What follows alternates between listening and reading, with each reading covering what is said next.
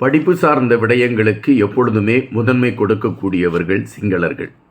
அவர்கள் நூலகங்கள் அல்லது நூல் சார்ந்த விடயங்களுக்கு எப்பொழுதுமே முதன்மை கொடுக்கக்கூடிய களத்தை எடுத்திருக்கக்கூடிய காரணத்தினால்தான் ஒரு நூலகத்திற்கு செல்கிறார்கள் என்றால் தங்களுடைய காலணிகளை வெளியே கலற்றி விட்டு தான் அவர்கள் உள்ளே செல்வார்கள்.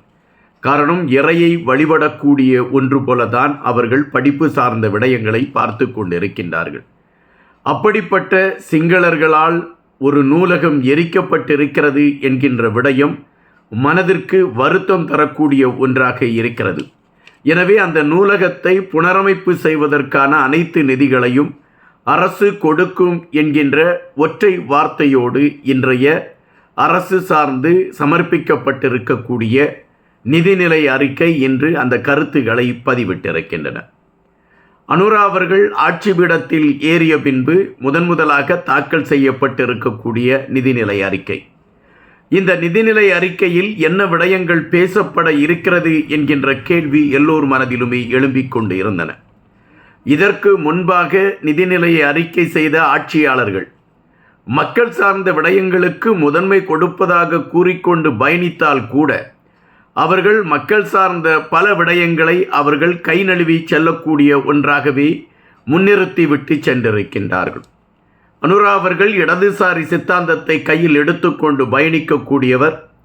ஒரு ஏழ்மையான குடும்பத்தில், அது ஒரு நடுத்தர குடும்பத்தில் பிறந்து தன்னுடைய உழைப்பால் இன்று இலங்கையின் ஜனாதிபதியாக பதவியேற்றிருக்கக்கூடிய ஒரு களம் வந்திருக்கின்றது. எனவே அவர் தாக்கல் செய்யக்கூடிய இந்த நிதிநிலை அறிக்கை மக்கள் சார்ந்த அல்லது மக்களுக்கு உதவி செய்யக்கூடிய ஒன்றாக இருக்குமா என்கின்ற கேள்விகள் பலர் மனதில் எழும்பிக் கொண்டு இருந்தன. ஏறக்குறைய இப்பொழுது தாக்கல் செய்திருக்கக்கூடிய அந்த விடயம் மக்களுக்கு உபயோகப்படக்கூடிய ஒன்றாக இருக்கிறது என்பதை நாம் இங்கு பதிவு செய்ய வேண்டியதாக இருக்கின்றது. இது இலங்கை ஆட்சி பீடத்தில் சமர்ப்பிக்கப்படுகின்ற 79வது நிதிநிலை அறிக்கை. வறுமை கோட்டின் கீழ் வாழ்ந்து கொண்டிருக்கக்கூடிய மக்களுடைய வறுமையை போக்க வேண்டுமென்றால் இலவசங்கள் கொடுத்து அவர்களுடைய வறுமையை போக்கலாம் என்கின்ற ஒரு நிலைப்பாட்டை அரசுகள் எடுப்பது வாடிக்கை. ஆனால் அனுரா அவர்களுடைய ஆட்சி பீடம் வேலை வாய்ப்பை உருவாக்கி வேலை திட்டத்தின் அடிப்படையில் வறுமை கோட்டின் கீழ் இருக்கக்கூடிய மக்களுடைய அந்த நிலைகளை மாற்றுவதற்கான முயற்சிகள் எடுக்கப்படும் என்று இந்த நிதிநிலையில் அறிக்கையில் குறிப்பிடப்பட்டிருக்கின்றது. நம்மை பொறுத்த மட்டில் வடக்கு கிழக்கு பகுதி, இங்கு என்னவிதமான முன்னேற்பாடுகளை மையப்படுத்திய தகவல்கள் சொல்லப்பட்டிருக்கிறது என்கின்ற தேடல்தான் நம் மனதிற்குள் எழும்பும். அதைத்தான் நாம் தேடிக்கொண்டு இருப்போம். காரணம், சிங்கள ஆட்சியாளர்கள் இதற்கு முன்பு பதிவு செய்த பல விடயங்களில் தமிழர்கள் வாழுகின்ற பகுதிகளை ஒரு பொருட்டாகவே நினைக்காத ஒரு செயல்பாடுகளை கையில் எடுத்துக்கொண்டு பயணிப்பதைத்தான் நாம் பார்த்திருக்கின்றோம். அதுபோன்ற ஒரு ஆட்சி முறைமையைத்தான் அனுரா அவர்களுடைய ஆட்சி முறைமையும் எடுக்குமா என்கின்ற கேள்வி மனதிற்குள் இருந்தது. அந்த கேள்விகளோடு நாம் இந்த நிதிநிலை அறிக்கையில் சொல்லப்பட்டிருக்கக்கூடிய தகவல்களை பார்க்கின்ற பொழுது இந்த விடயத்தில் தமிழர்கள் பகுதிகளுக்கு சில முன்னுரிமைகள் வழங்கப்பட்டிருக்கிறது என்பதை நாம் இங்கு பார்க்க வேண்டியதாக இருக்கின்றது. திரிகோணமலையில் 66 எரிபொருளை அதை சேமித்து வைக்கக்கூடிய குதங்கங்கள் இருக்கின்றன அல்லது சேமிப்பு கிடங்குகள் இருக்கின்றன. இந்த சேமிப்பு கிடங்கில் குறிப்பிட்ட சேமிப்பு கிடங்குகளை இந்தியா தன் கைவசம் வைத்திருக்கின்றது. இந்த 66 சேமிப்பு கிடங்குகளையும் அபிவிருத்தி செய்து சர்வதேச நாடுகளுடன் ஒத்துழைப்புடன் அதனை மேம்படுத்துவதற்கான ஒரு களத்தை எடுப்பதற்கான ஒரு திட்டம் வரையறுக்கப்படுகிறது என்கின்ற செய்தி சொல்லப்படுகின்றது. அப்படி என்றால் திரிகோணமலையில் சர்வதேச நாடுகளுடைய ஒரு செயல்பாட்டோடு அந்த எண்ணெய் குதங்கங்களை பாதுகாக்கக்கூடிய விடயங்கள் அல்லது எண்ணெய் சேமிப்புகளை பாதுகாக்கக்கூடிய விடயங்களுக்கான முன்னுரிமை கொடுப்பதற்கான ஒரு களம் உருவாக்கப்படும் என்று எடுத்து வைக்கப்பட்டிருக்கின்றது. அதுபோலத்தான் யாழ் பல்கலைக்கழகம், அந்த யாழ் நூலகம் தீக்கரையான கதைகளை குறித்தெல்லாம் நாம் பல செய்திகளை கேள்விப்பட்டிருக்கின்றோம்.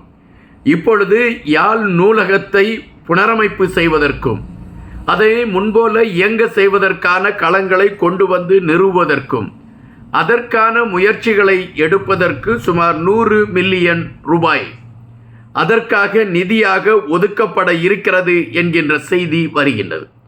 அது அந்த நிதிநிலை அறிக்கையில் சொல்லப்பட்டிருக்கின்றது.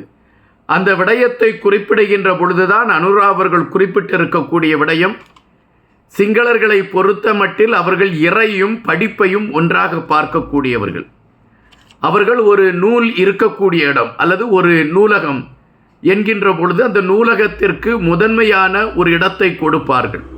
அந்த நூலகத்திற்கு செல்லக்கூடிய ஒரு விடயம் இருக்கிறது என்றால் தங்கள் காலில் இருக்கக்கூடிய காலணிகளை கழட்டி விட்டுவிட்டு ஒரு இறை கோயிலுக்குள் செல்லக்கூடிய ஒரு நிலைப்பாட்டில்தான் அவர்கள் உள்ளே செல்வார்கள். இது காலாகாலமாக சிங்களர்கள் கடைபிடித்து கொண்டிருக்கக்கூடிய ஒரு விடயம்.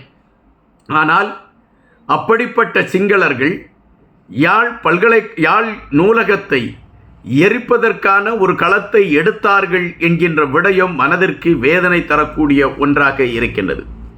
எனவே அந்த நூலகத்தை புனரமைப்பு செய்வதற்கான அனைத்து விடயங்களும் எடுக்கப்படும் என்கின்ற கருத்துக்களை பதிவிட்டு அதன் அடிப்படையில் இந்த நிதி ஒதுக்கப்பட்டிருக்கின்றது என்பதை அவர் தெரிவித்திருக்கின்றார். அதுபோல இன்னும் சில விடயங்களை குறித்து பேசப்பட்டிருக்கின்றது. குறிப்பாக தமிழர்களுடைய பகுதியிலே தமிழர்களுக்கான வேலைவாய்ப்பு விடயங்களுக்கு முன்னுரிமை கொடுப்பதற்கான களங்கள் எடுக்கப்படும் என்கின்ற செய்தியும், படிப்பு சார்ந்த விடயங்களிலும் தமிழர்கள் அறிவு சார்ந்த களங்களை நோக்கி முன்னேறுவதற்கான கதவுகள் திறக்கப்படும் என்பதை மையப்படுத்திய செய்திகளும் சொல்லப்பட்டிருக்கிறது என்பதை நாம் பார்க்க வேண்டிய ஒன்றாக இருக்கின்றது.